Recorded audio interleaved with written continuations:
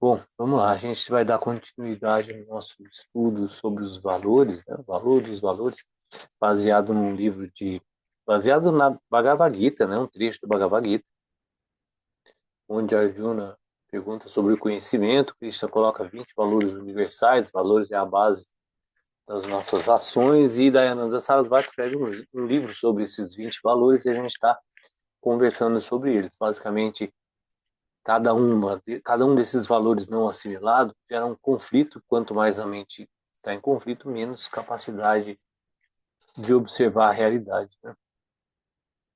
Teve um texto budista que estava lendo ontem e, ele cita uma frase que eu achei muito interessante, né? Liberação é quando a gente consegue enxergar a realidade. Basicamente, a gente, como ser humano, está buscando isso, entender essa realidade. Para que a gente tenha essa compreensão, a mente tem que estar estável, sem conflito. E a gente vai hoje falar do 14º valor, mas a gente vai falar do 14º e do 15º, porque os dois são ligados, né? O 14º é bem interessante, porque fala de um assunto que não há uma pessoa que não tenha apego ao filho, mulher e lar, né? Que vai ser a colocação, a ausência de apego como um ponto de conflito, né?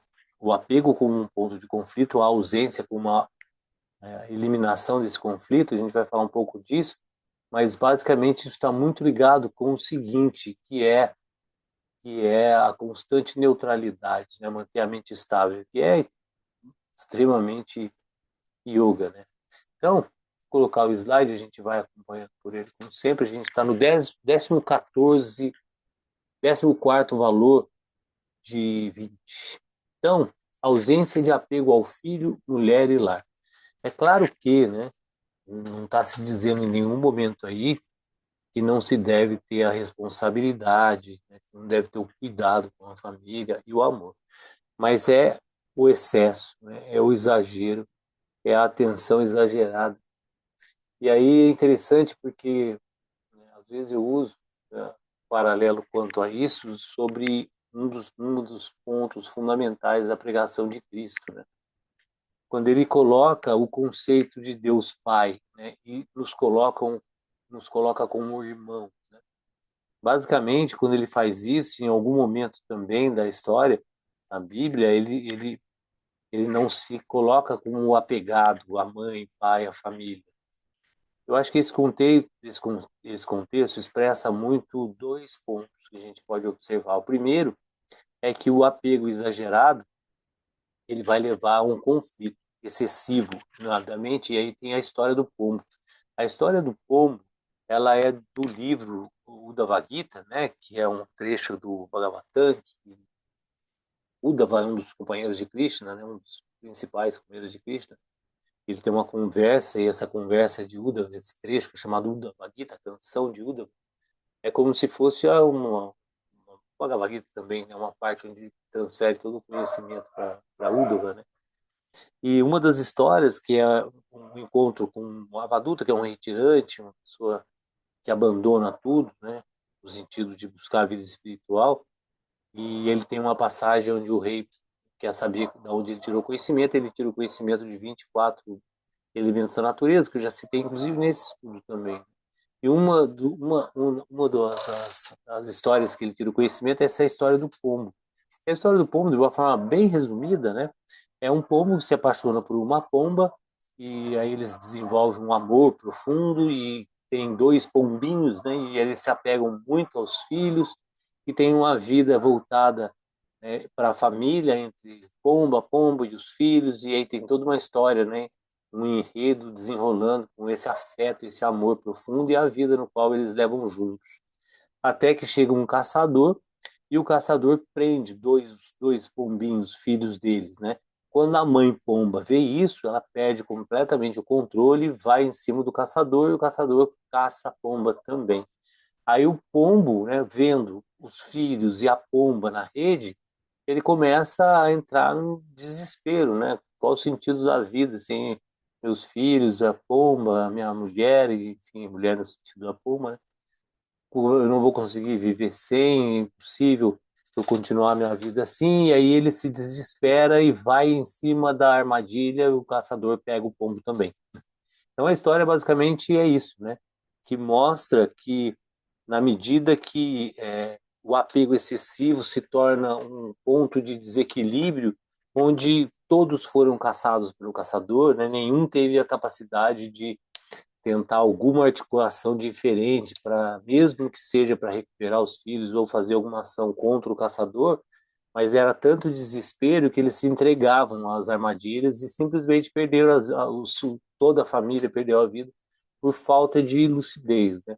Então, um dos pontos dos apegos excessivos, e quando se fala em família, se torna um apego mais excessivo ainda, levando em consideração os pontos naturais da vida, como impermanência, né, como qualquer outro sentido de transformação, esse apego fatalmente vai levar a um ponto de conflito. E esse conflito ele extrapola não só pelo princípio da impermanência, como também por, por atravessar outros valores. É um exemplo que também é muito dado, né? Se uma pessoa invade a sua casa, tenta atacar a sua família, você vai lá e mata aquela pessoa, né? Ou age com uma violência para aquela pessoa que está tentando invadir a sua casa.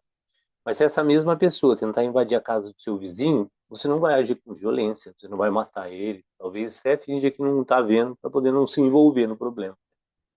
O máximo que pode fazer talvez é chamar a polícia, para que a polícia haja por você. Mas na sua família você vai agir. Por quê? Existe uma identificação profunda, existe um apego profundo que não há com o vizinho.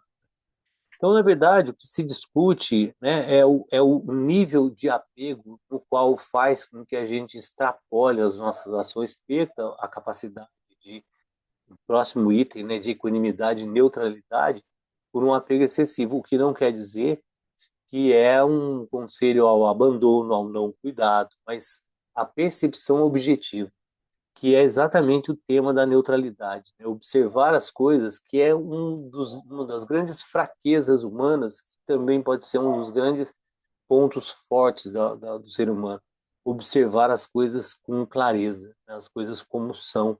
Então, a compreensão, né, de se libertar da posse, que foi o tema anterior, né, de se libertar do apego excessivo, é um ponto de manter a mente sem conflito. O outro olhar que pode ser dado para isso, e aí eu citei Cristo e a pregação dele como pai e irmão, é justamente a desconstrução do núcleo familiar como sendo o principal, né, desenvolvimento de compaixão, apego, empatia, etc.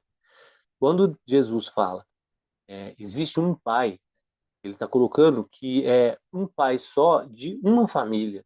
Quando ele fala que somos irmãos, é justamente essa colocação de que toda a humanidade é uma família só. Não existe famílias, existe uma família. E essa compreensão de uma família só, que não quer dizer que exista todo um princípio de cuidado do núcleo familiar, mas esse princípio de proteção e cuidado não é humano, é de todos os animais, né? Todos os animais já têm esse instinto de proteção, né, de cuidado, para que as raças sobrevivam, né? Então é uma questão da natureza, não é uma questão de amor, não é uma questão de carinho, é uma questão de autopreservação da natureza, né? Esse instinto de defesa, de cuidado. Só que aí, quando a gente se torna humano, existe uma capacidade de consciência, né, de observação, né, de uma capacidade de compreensão do funcionamento da própria natureza em si, da libertação dos condicionamentos, né, da percepção da realidade, que é o princípio da libertação que eu acabei de colocar agora, né, que o budismo coloca. O que significa isso? Né? Significa que, enquanto animal, eu ajo nos princípios instintivos. Enquanto humano, eu consigo observar esses instintos, né? E, e alterar eles de forma mais ampla, com mais consciência, né? Consciência é uma ampliação da percepção da individualidade que é gerada no aspecto mental.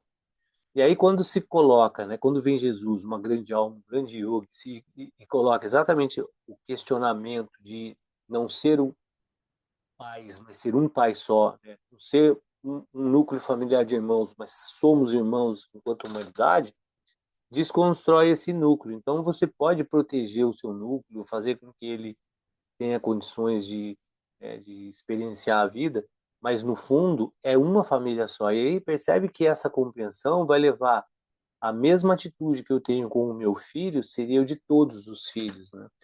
Fazendo um parênteses, eu vi ontem ou antes de ontem, né, não sei se é um post, enfim, sobre o Japão. E um conceito muito interessante no Japão é que as crianças, elas circulam livremente sozinhas no metrô, nas ruas.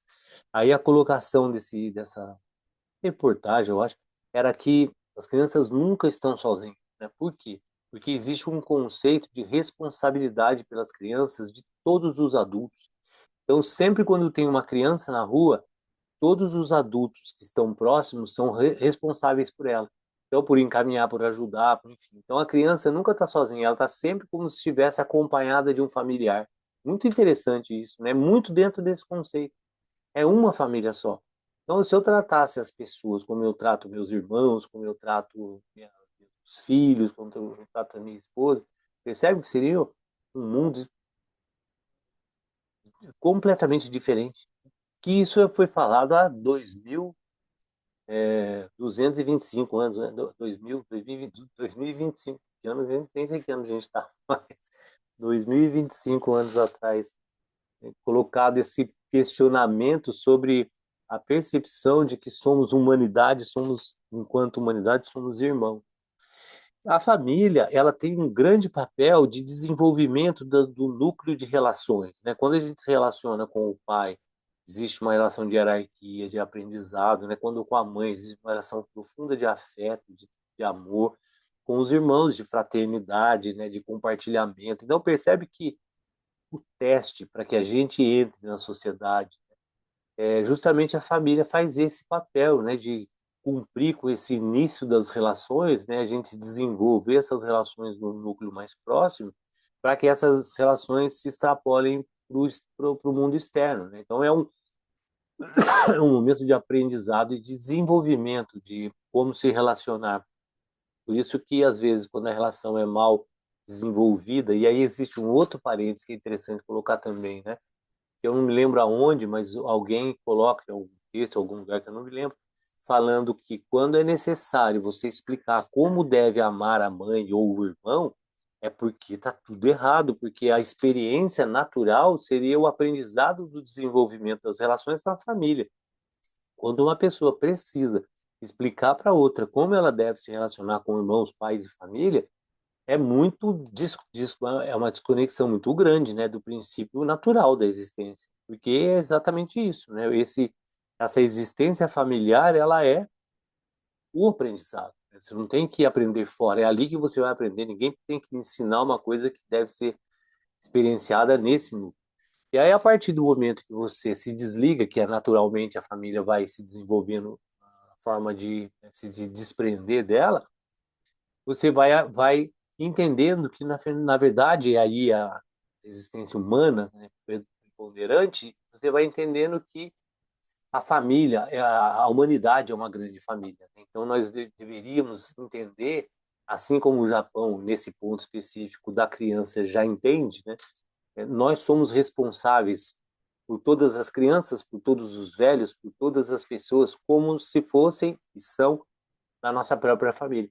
Isso eu acho que é um ensinamento nuclear cristão, né? Quando se coloca é o diametralmente oposto a essa questão de se fechar num núcleo familiar como se fosse o principal da existência, a sua família. Tudo girar em torno da sua família. É um princípio de um pequeno desenvolvimento egóico que sai do seu umbigo, né, para o seu entorno direto, mas é extremamente uma falta de consciência humana quando a gente se apega a esse núcleo familiar, o que não quer dizer, novamente, que não deva haver cuidado, amor, né? Deva haver todo um afeto e toda uma atenção específica, né, no início do desenvolvimento, né, e esse núcleo familiar. Então, basicamente é isso que esse ponto coloca, né? A ausência de apego não quer dizer o desprezo, né? Não quer dizer o abandono, mas quer dizer a compreensão lúcida. E essa compreensão lúcida vem diretamente relacionado ao valor 15, que é constante neutralidade diante do desejável e indesejável. A mente, no Yoga Sutra, ele é descrito com dois polos fundamentais, né? Raga, Dvesha. Raga significa paixão, desejo, Dvesha significa aversão. A mente ela funciona dessas duas formas, né? Gosto, não gosto. Eu tenho aquilo que me gera desejo e prazer, eu repito, aquilo que não me gera prazer, eu gero uma aversão. Então a gente funciona dentro do que a gente deseja e daquilo que a gente não deseja. Novamente, isso é o funcionamento característico da mente humana. Então, enquanto animais, a gente está preso às características específicas. Se você pegar um animal qualquer que seja, a mente dele tem características, ele vai agir de determinadas formas de acordo com a característica da existência dele, assim como nós temos essas características de desejo, de coisas desejáveis e indesejáveis. Então, voltando de novo, né, que é uma coisa que eu insisto e é importante que seja introspectado isso. Enquanto humanos, nós temos essa capacidade, que pode ser traduzida até como moksha, que é uma palavra extremamente importante na tradição védica, que significa se liberar, né, se libertar. No caso, seria se libertar desse condicionamento de nascimento e morte, esse ciclo de nascimento e morte chamado de samsara. Mas, no nível um pouco menor, de se libertar dessa roda de nascimento e morte, moksha é se libertar e se libertar dos condicionamentos primeiro, né? Transcender as nossas condições animais. Isso é ser humano. Isto é ser humano. Então, na medida que a mente funciona de determinadas formas, eu consigo observar como ela funciona e consigo, de certa forma, sublimar ou alterar alguns padrões, né? Isso é exercer o papel de humano, isso é exercer a força que está adormecida no ser humano, que é chamado de Kundalini, né? Esse poder de alteração, esse de libertação dos condicionamentos. Então, o que, que significa essa palavra, né, que está em sânscrito em cima, Samatita Taum, Samatita Atuam, Sama de Samadhi, né, que significa equânime, igual, significa estável, Hidi, Buddhi, de inteligência, então seria uma inteligência estável, equânime. Tudo isso significa perceber as coisas com neutralidade, né? Inclusive, na anatomia do yoga, da Kundalini Yoga, né, nós temos 10 corpos, o primeiro é o corpo da alma, depois os três outros corpos são corpos mentais. Esses três corpos mentais, exatamente a mente negativa, que tem um aspecto de defesa, né, de instinto, a mente positiva, que tem um aspecto da ação, né, que faz com que a gente haja, e um dos aspectos da mente é a mente neutra, que é a principal, que é a do discernimento, que ela não se envolve, ela tem a neutralidade de observar o funcionamento. Então, desenvolver essa neutralidade, né, significa manter um estado de não euforia, de não tristeza, porque, como está no texto, se existe uma euforia, vai existir um movimento contrário igual, vai existir uma mente depressiva, né? Existe um movimento igual para que se chegue ao equilíbrio. Sama é igual, sama é no sentido de equilíbrio. O universo inteiro busca equilíbrio. Todos os sistemas do universo buscam se equilibrar de alguma forma. Então, não é diferente com o ser humano, porque a gente é uma parte dessa natureza. Em tudo, no final, quando esse texto budista fala que, na verdade, a libertação é buscar a realidade, porque no final, atrás de todas as concepções mentais, isso já coloquei algumas vezes, todas as interpretações e do uso da linguística para que a gente interprete o mundo, existe um mundo funcionando independente de qualquer concepção humana, de qualquer interpretação e entendimento humano. Então, essa busca de equilíbrio, ela é do universo, não é do ser humano, não é uma qualidade, não é uma tentativa é um funcionamento universal de todos os sistemas inteligentes ou não. Né? Afinal, todos são inteligentes, mas todos com essa capacidade de autoobservação ou não. Então, Sama é esse nível de manter a mente equilibrada. E quando eu desejo algo e busco aquele desejo, que está muito ligado aos apegos, né, inclusive o anterior que a gente falou, eu estou desequilibrando, né, a forma de ação. Quando eu desenvolvo uma energia para um lado, naturalmente vai ter uma outra contrária, tentando buscar justamente equilibrar qualquer sistema que seja. Então, na medida que eu desenvolvo o apego e uma euforia e uma alegria muito grande, né, com conquistas dos desejos, na hora que houver uma perda ou fracasso, vai haver uma força igual de depressão, de tristeza. E aí, essa força tá justamente, ela existe para buscar equilibrar, né, para que a gente mantenha esse movimento de euforia e depressão num nível equilibrado. Então, quando acontecer alguma coisa, né, que nos deixa muito alegre, é porque existe aí um desequilíbrio e pode ter certeza que em algum momento você vai ficar muito triste. Então, a mente que atinge, como está colocado, um êxtase ao conseguir alguma coisa, vai atingir o fundo quando existe um fracasso. Então, a caminho, né, prática, o sadhana, ele é justamente para que mantenha um movimento menos de menor alternação na nossa vida. Que a gente mantenha aí mais estabilidade, né? Essa palavra equilíbrio é a palavra que define a existência de tudo no universo. Então, essa atitude de samatita, tita é consciência, sama é igual, né?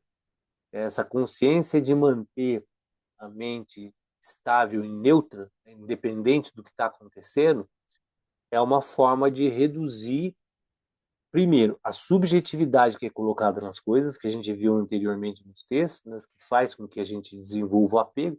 O apego é quando eu coloco adjetivos ou subjetividade ao objeto, à pessoa, à emoção no qual existe. Eu não consigo nunca ver ela como ela é, mas agrego coisa. Eu até citei o exemplo da cadeira, né, que a Sandra ainda brincou da cadeira da avó dela. Quando você tem uma cadeira, essa cadeira tem a da avó, e a avó sentava, contava história, já começa a agregar subjetividade e aspectos afetivos daquele objeto, a cadeira deixa de ser cadeira, passa a ser um objeto extremamente de apego emocional, e aí você sofre com a perda da cadeira, e se você analisar, é uma cadeira, sempre ela vai ser uma cadeira. Objetivamente, ela é uma cadeira. Subjetivamente, ela pode ter várias coisas emocionais que me envolvem, e quanto mais subjetividade, mais apego, mais sofrimento. Quanto mais a capacidade de reduzir a subjetividade e a percepção com clareza, samadhi é isso, tá? Lucidez. Quanto mais lúcido, menos conflito, menos sofrimento. Então, a primeira resposta que a gente tem a algo desagradável é rejeitar. E isso vale para uma coisa que é muito interessante, também é muito ligada ao budismo, que é o acolhimento ao sofrimento e às emoções de forma geral, né? Quando a gente pega as quatro nove verdades à base do budismo, existe o sofrimento, existe uma origem, existe uma causa, existe uma forma de sair do sofrimento, existe um caminho para isso, caminho ó. Então, se a gente pensar no reconhecimento, primeiro, das coisas como são, o sofrimento existe, então não tem como fugir, mas existe uma forma de perceber o que gerou o sofrimento e uma forma de se libertar dessa causa, né, do sofrimento. Assim como existe raiva, né, que pode se transformar em ira, existe precaução, que pode se transformar em medo, existe ansiedade, que pode se transformar em depressão. Tudo isso existe, tudo isso é parte, constituinte da existência humana. O que a gente tem que fazer?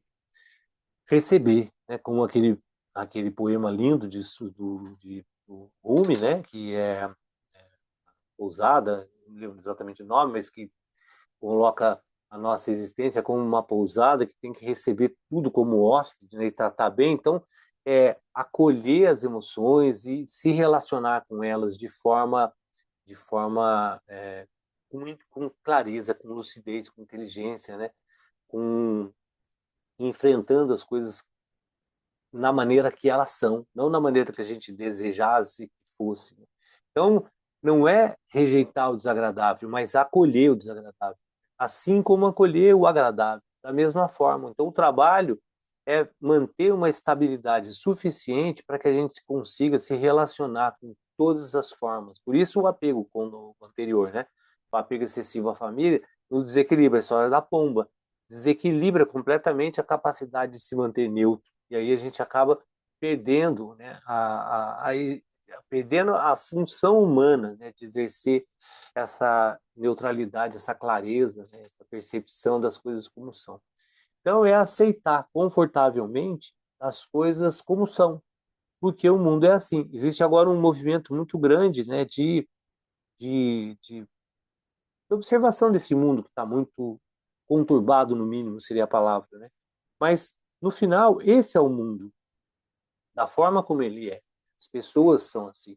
ser humano reage dessa forma. Existem diversos motivos que levam o ser humano a reagir de uma forma A ou B, mas é assim que é. Então, não tem como a gente rejeitar algo que é como é. O que a gente deve fazer como humano é aproveitar essa experiência da melhor forma possível, né? Tentando fazer o melhor possível dentro das condições que são oferecidas nessa experiência e observar a realidade que está por trás dessas ações. Por trás de tudo que está acontecendo, existe uma realidade se movimentando, no qual a gente não consegue enxergar. A gente interpreta ela, e a mente é um dos fatores de criar as imagens e desenvolver uma interpretação totalmente ilusória da realidade. Então, o ser humano, né, como o fato de a gente estar estudando esse texto, falando sobre isso, já mostra o potencial e a capacidade humana de auto-observar e de observar as coisas, de tentar olhar de fora, né, que é um dos princípios do yoga também, de Kaivalya, né, de observar essa existência, experienciar ela, mas não estar envolvido diretamente com um apego às coisas. Então, essa frase eu até destaquei, que eu acho também que é bem legal, né, que é: a fraqueza humana é exatamente a inabilidade em aceitar as situações e enfrentar os fatos como são. Por contrário, exatamente igual, a força humana está em reduzir as situações às coisas como elas são, aos fatos como elas são. Quanto isso não é frieza, tá? Isso não é falta de amor, isso não é nenhum sentimento negativo. Isso é uma qualidade humana, porque você pode estar com a mente estável, observar as coisas como são, sem ilusão, e desenvolver um amor profundo sobre a existência em si. Jesus, eu acho que é um dos grandes exemplos, né? Eu acho, não, ele é um dos grandes exemplos que afetam o mundo, principalmente ocidental, né? E ele é o exemplo de tudo isso, né? Ele é uma pessoa que, ele é um ser, né? Um avatar aqui, enfim, né? Que consegue passar todas essas noções de forma real. Ele vivenciou, ele é o exemplo disso, né? De se manter estável constantemente, de observar as coisas como são, dentro de um corpo humano. Esse é o aspecto de Carvalho. E aí a realidade desse mundo nada mais é do que uma projeção mental. É simples entender, né? Os sentidos recebem os estímulos que geram os estímulos mentais internos. Através desses estímulos são geradas imagens que representam os estímulos. Enfim, aquele exemplo que eu sempre dou: tira o olho, coloca o microscópio, acabou toda a forma no qual você é estimulado. Trocou toda a forma como você é estimulado. As imagens que vão ser geradas a partir desse estímulo são totalmente diferentes das imagens que são geradas por esse sistema ocular que a gente tem. O mundo não muda nada, só mudou a forma no qual eu sou estimulado e como eu desenvolvo a imagem através desse estímulo. Então, eu estou recebendo agora um toque através do tato, né, do estado gasoso da matéria, os aspectos auditivos, paladar, as reflexões de luz através do meu sistema ocular, quer dizer, os sentidos todos estão aqui abertos, né, recebendo estímulos. Esses estímulos são frequências que estão sendo chegando até o meu organismo, e o que meu organismo está fazendo através do meu cérebro e, enfim, da minha mente? Criando imagens para representar esses estímulos. Percebe que isso é pensar um pouco sobre isso deixa muito claro o que é uma realidade aparente, né? Absolutamente não tem nada a ver com a realidade, as imagens que, por causa do meu veículo humano, cria através dos estímulos do sentido.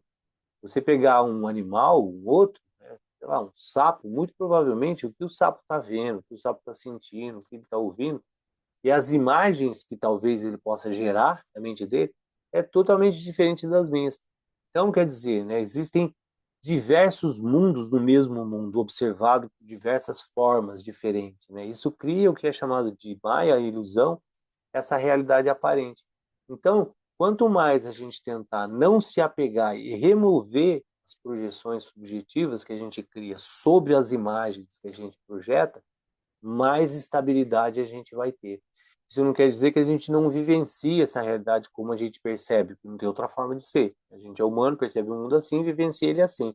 Só que a gente não deve se apegar a essa expressão, a essa projeção que a gente faz. Então, é muito diferente a gente observa. Isso é libertação, né? Voltando, acho tão bonita essa frase, tão resumida e tão bonita. Isso é libertação. É você estar observando o mundo como ele é e trabalhando as duas realidades ao mesmo tempo, né? Sabendo que a realidade da observação aparente é essa, mas sabendo que existe outra por trás dela. E que a libertação é buscar essa outra realidade, mas não exclui a vivência dessa realidade que qual a gente está. Então, no final, as aversões são criadas pelas projeções que a gente gera. Então, o que é ruim para uma pessoa pode ser bom para outra, é tudo uma, uma, uma, uma projeção relativa, porque o frio pode ser extremamente ruim para aquele que não está agasalhado. Mas para quem vai para Campos do Jordão no inverno, é a grande atração, né? A grande beleza é sentir o frio, é estar do lado da lareira.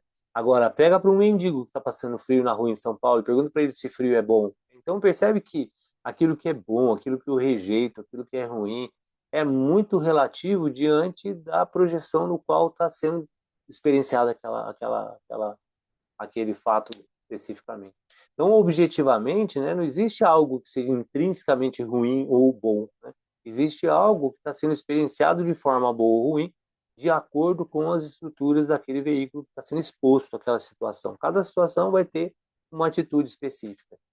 Perceber isso é manter a estabilidade em todas elas, né? Se eu estou exposto a uma situação que para mim naquele momento é indesejável, eu devo manter a mesma equanimidade, né? A mesma neutralidade.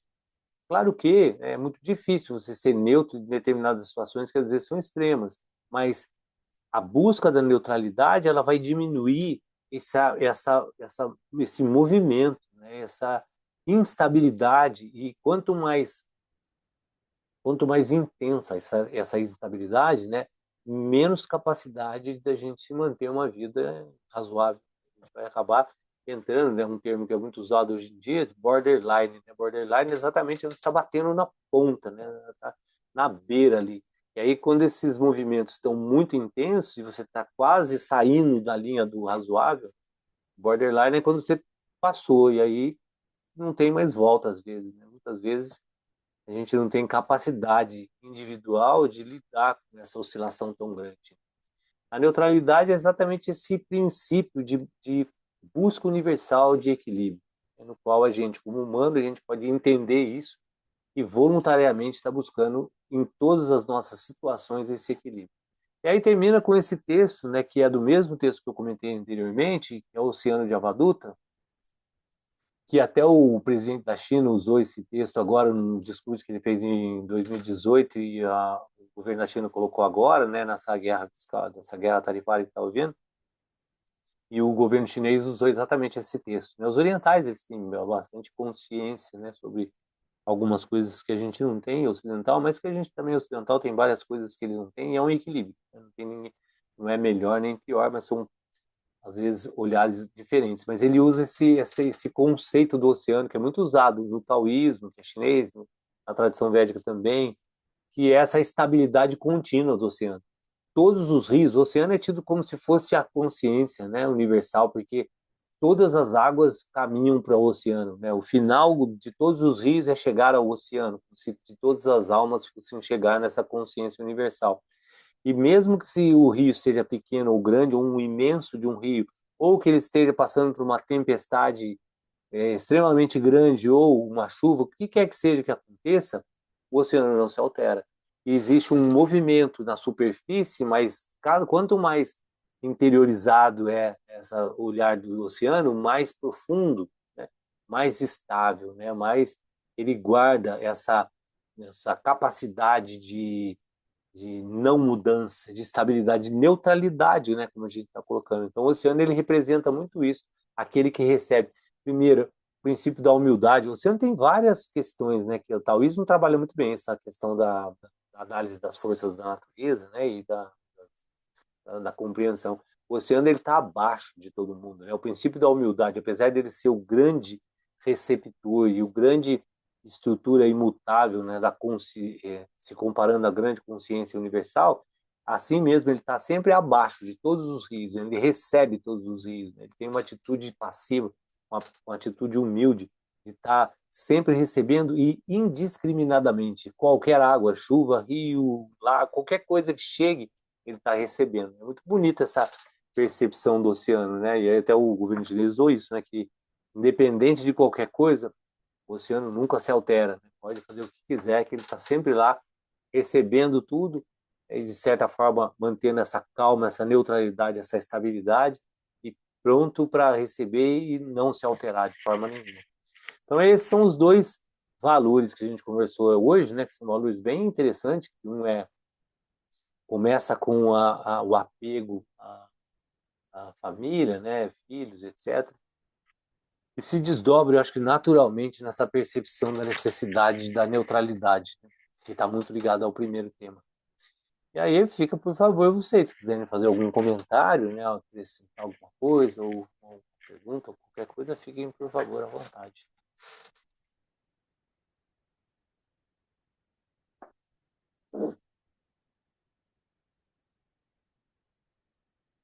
Se não quiserem fazer nenhum comentário também, fiquem à vontade da mesma forma. Mas sempre é interessante vocês agregarem algumas coisas, né, até para...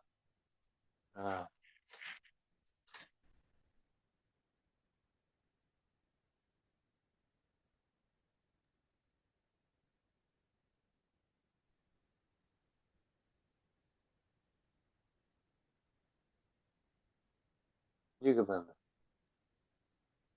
Você colocou aí no final a história aí que o governo chinês colocou, né, Sim, esses trechinhos aí. sim. Aí eu li uma vez sobre esse Xi Jinping aí, que ele é um estudioso, né? Diz que ele é um estudioso desde de criança, que ele lê muito. E você vê assim, ele tem uma serenidade, né? O povo oriental, de forma geral, claro que não é todo mundo, né, tem bilhões, mas de forma geral, o oriental ele tem esse aspecto mais profundo de consciência, de serenidade. Até, até porque, Wanda, que é muito interessante, né? Tanto o yoga quanto o taoísmo, né? Tanto a cultura indiana quanto a chinesa, ela tem essa ligação direta, eu acho que comentei isso em algum lugar, não me lembro, essa ligação direta entre consciência, aprendizado, corpo, mente, uma coisa só. É o yoga junto com a tradição, o tai chi, qigong junto com as filosofias, né? Porque no final a gente tem que equilibrar o veículo inteiro, né? Essa estabilidade que a gente, de alguma forma, consegue manter, ela tem que ser do corpo, da mente, da alimentação, né? O seu corpo inteiro, o seu sistema inteiro tem que estar estável. Isso é muito importante. Então não adianta também você ser um intelectual, ser uma pessoa altamente elevada em termos de conhecimento mental, etc., mas o corpo não dá suporte para isso, né? E aí, às vezes, a pessoa é extremamente desequilibrada, né? Apesar de uma inteligência, seja lá qual for. Então, você colocou é interessante, né? Porque tem uma característica meio dos orientais, essa estabilidade, né? Tanto do japonês, quanto do chinês, quanto do indiano também.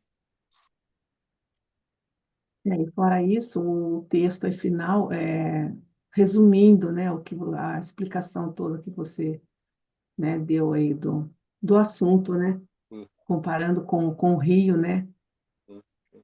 Do oceano, né? rio que corre para o oceano, tem lá as tempestades, né, e ele está ali quase que serenamente, né, e caminhando. Esperando, com a É, umidade está abaixo. Isso é muito taoísta, né?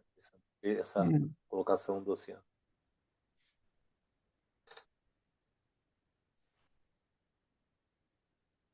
Eu me lembrei de uma coisa. Danilo, Ah, Danilo, é Kika. Quando você fala que isso é muito taoísta, Seja exatamente. bem-vindo. Aproxime Peraí. a mão ao sensor para emissão do ticket. Retire seu ticket. Ai, desculpa, é que eu tô chegando aqui no médico para fazer um exame. Bem na hora da portaria aqui, do shopping. Quando você diz taoísta, isso é muito taoísta, você quer dizer exatamente o quê? Dessa forma de levar a vida, dessa serenidade toda, sim. desse equilíbrio, é isso? No sentido também que essa colocação específica de entender as forças da natureza, e especificamente o rio, a água, o oceano, Tá. é muito texto taoísta. Os taoístas trabalham muito isso. Essa essa análise através da natureza e da compreensão do funcionamento de tudo, né? Então, assim, como o elemento água, o que significa o oceano, o I Ching, que é a base, né, dessa filosofia, várias filosofias, inclusive chinesa, é justamente essa inter-relação das forças da natureza. Então, essa coisa de analisar a natureza, de entender um termo muito usado também, a naturalidade, né, de se fluir com a naturalidade, isso é muito chinês, é muito taoísta, é muito a forma como eles abordam o conhecimento, assim, nesse sentido. Se você pegar os textos taoístas, né, eles são extremamente voltados à naturalidade, à fluência, à compreensão da natureza, à relação das forças. Inclusive, é um estudo que eu quero fazer, terminando esse. Eu já falei várias vezes, né, que chama o Tratado da União Oculta, que é justamente um texto taoísta que fala dessa relação, da geração da cadeia, da geração da criação, essa troca de energia dos elementos, inclui o ser humano também. É muito bacana mesmo. Ah, entendi. Obrigada, Danilo. Imagina, Foi ótima explicação. imagina. Gostei de. Acho que veio muito a calhar no dia de hoje. Esses textos são muito atemporal, Ai, né? meu Deus. Toda Aham, vez, eu tô aqui no carro, acabei de estacionar. Desculpa, foi bem na hora que eu cheguei, imagina. sabe, na hora de pegar o ticket. Aí eu falei, meu Deus, bem na hora que eu ia perguntar um negocinho.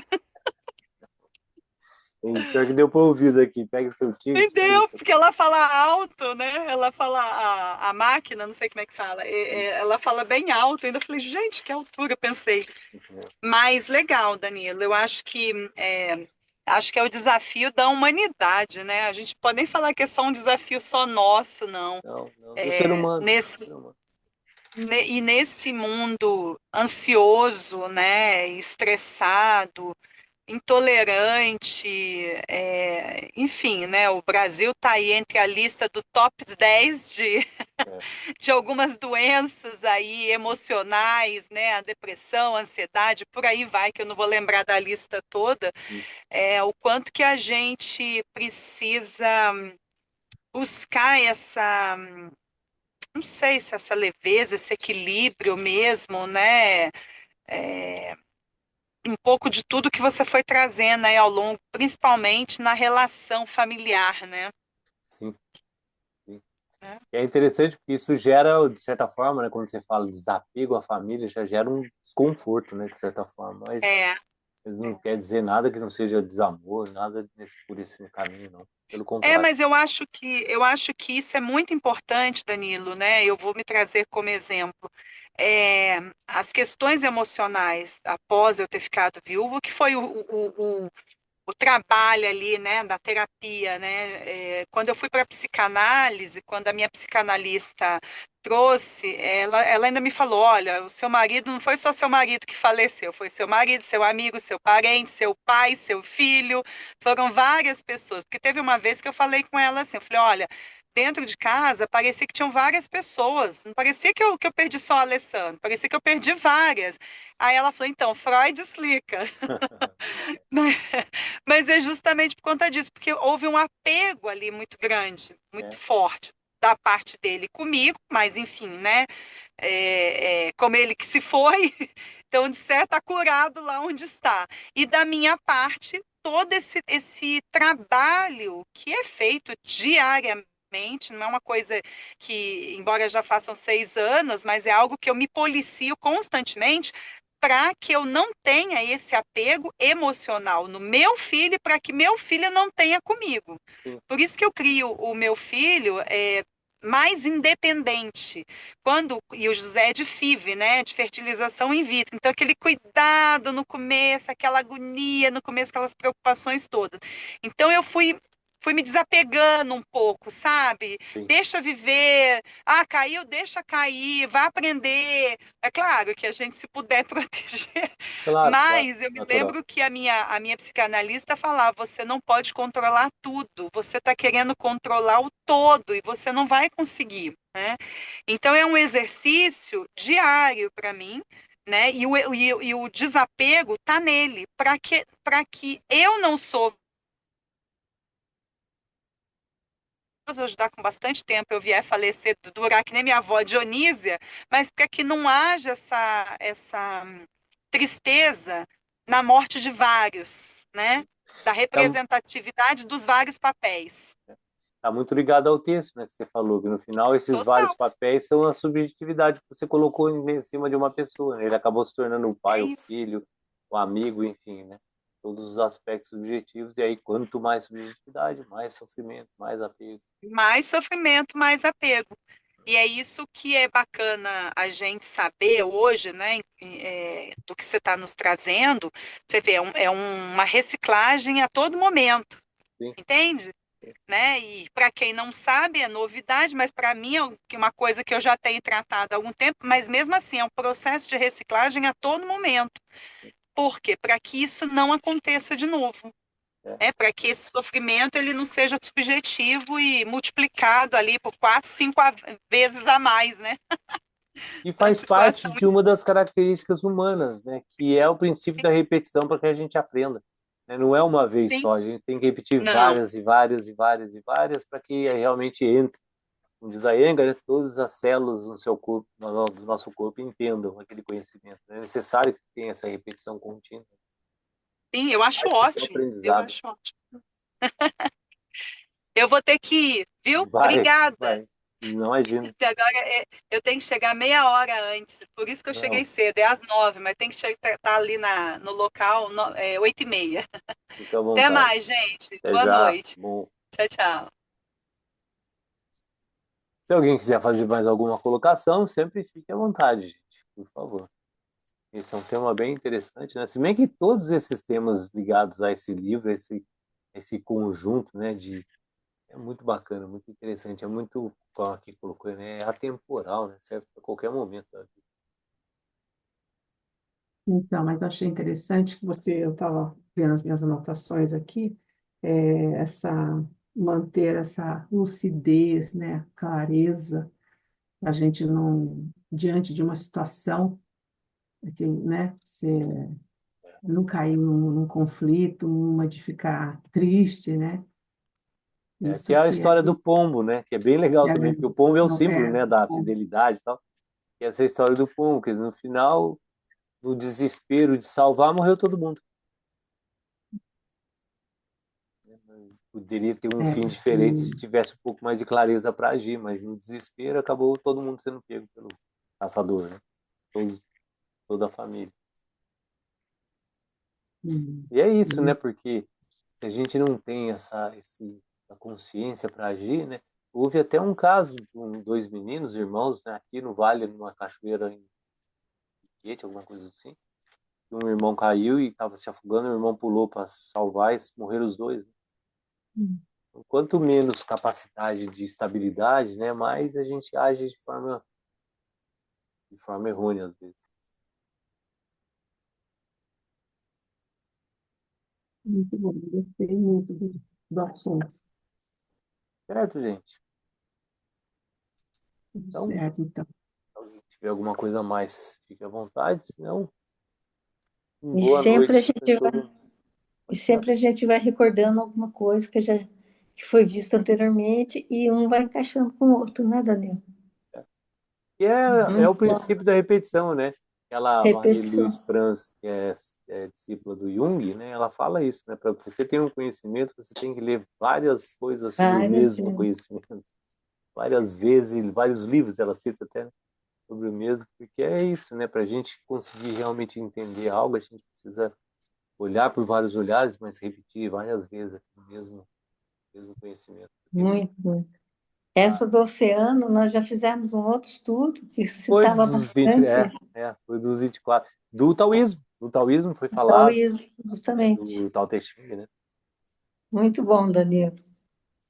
Boa Certo, noite a gente? todos. Boa noite. Até amanhã. Essa Muito semana é um pouquinho obrigada. mais curta, né? É, Bom descanso para Tchau, todo gente. mundo. Até amanhã. Tchau. muito obrigada a todos. Boa Obrigado a vocês. noite. Tchau, tchau.